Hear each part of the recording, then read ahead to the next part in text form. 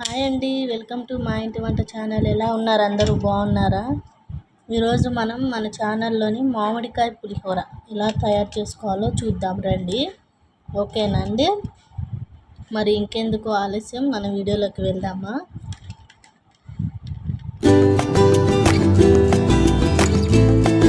దీనికోసం నేను ఇక్కడ ఒక చిన్న పుల్లటి మామిడికాయని ఇలా పొట్టు తీసుకొని రెడీగా ఉంచుకున్నాను. ఇప్పుడు దీన్ని మనం సన్నగా తురుముకోవాలి. చూసారు కదా, ఇలా తురుముకొని తీసుకోవాలన్నమాట. ఓకేనా? ఇప్పుడు ఇలా తురుముకున్న దాంతో మనము పులిహోర కలుపుకుందాం.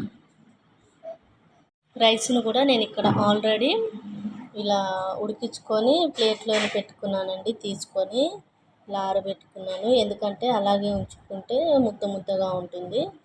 ఇలా ప్లేట్లో తీసుకొని కొంచెంసేపు ఫ్యాన్ కింద ఇట్లా ఆరబెడితే ఏంటంటే పొడిగా వస్తుంది అన్నమాట. రైస్ బాగుంటుంది, టేస్ట్ కూడా. అయితే ఇక్కడ రైస్ ఎలా ఉడికించుకోవాలంటే, పాత బియ్యం అయితే 1 గ్లాస్ రైస్కి 2 గ్లాసెస్ వాటర్ వేసుకోవాలండి. కొత్త బియ్యం అయితే 1 గ్లాస్ రైస్కి 1.5 గ్లాస్ వాటర్ వేసుకోవాలి. అప్పుడే బాగుంటుంది, లేకపోతే ముద్దగా అయిపోతుంది. ఓకేనా అండి? ఎక్కువ వేసుకుంటే. ఇప్పుడు మనం ఈ పులిహోర ఎలా కలుపుకోవాలో చూద్దాం రండి. ముందుగా మనం ఇక్కడ స్టవ్ ఆన్ చేసుకొని స్టవ్ పైన కడాయి పెట్టుకోవాలండి. దీంట్లోకి 4 to 5 టేబుల్ స్పూన్స్ వరకు ఆయిల్ వేసుకోవాలి. ఓకేనా అండి? ఇలా ఆయిల్ వేసుకున్న తర్వాత తాలింపు గింజలు వేసుకోవాలి. తాలింపు గింజలు అనేవి ఎంత ఎక్కువ వేసుకుంటే అంత బాగుంటుంది టేస్ట్. ఓకేనా? కాబట్టి తాలింపు గింజలు ఎక్కువగానే వేసుకోండి, ఎప్పుడైనా పులిహోరలోకి టేస్ట్ బాగుంటుంది. ఇప్పుడు ఈ తాలింపు గింజలు కొంచెం ఫ్రై అవ్వాలండి. ఇలా లైట్గా ఫ్రై అయిన తర్వాత చిట్పటలాడుతున్నప్పుడు 4 నుంచి 5 పచ్చిమిర్చిల్ని ఇట్లా మధ్యలోకి కట్ చేసుకొని వేసుకోవాలి. ఆ తర్వాత ఒక పిరికెడు కరివేపాకు వేసుకోవాలి. కరివేపాకు కూడా ఎక్కువ ఉంటేనే టేస్ట్ బాగుంటుంది పులిహోరకి, ఎప్పుడైనా గుర్తుపెట్టుకోండి. ఓకేనా? ఈ కరివేపాకు పచ్చిమిర్చి ఫ్రై అవుతుండగానే ఒక స్పూను పల్లీలు వేసుకోవాలి.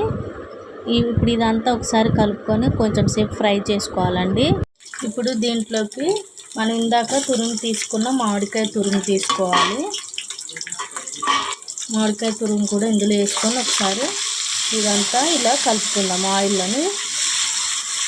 ఓకేనా?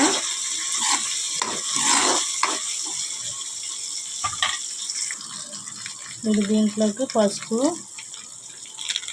1 స్పూన్ పసుపు వేసుకోవాలి.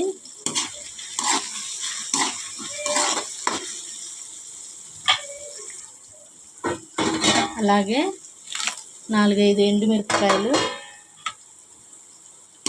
ఇవన్నీ వేసుకొని ఒకసారి ఇలా కలుపుకొని ఫ్రై చేసుకోవాలి.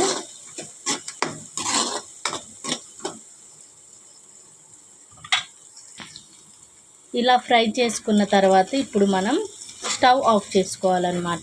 ఓకేనా? స్టవ్ ఆఫ్ చేసుకొని దీన్ని దించుకుందాం.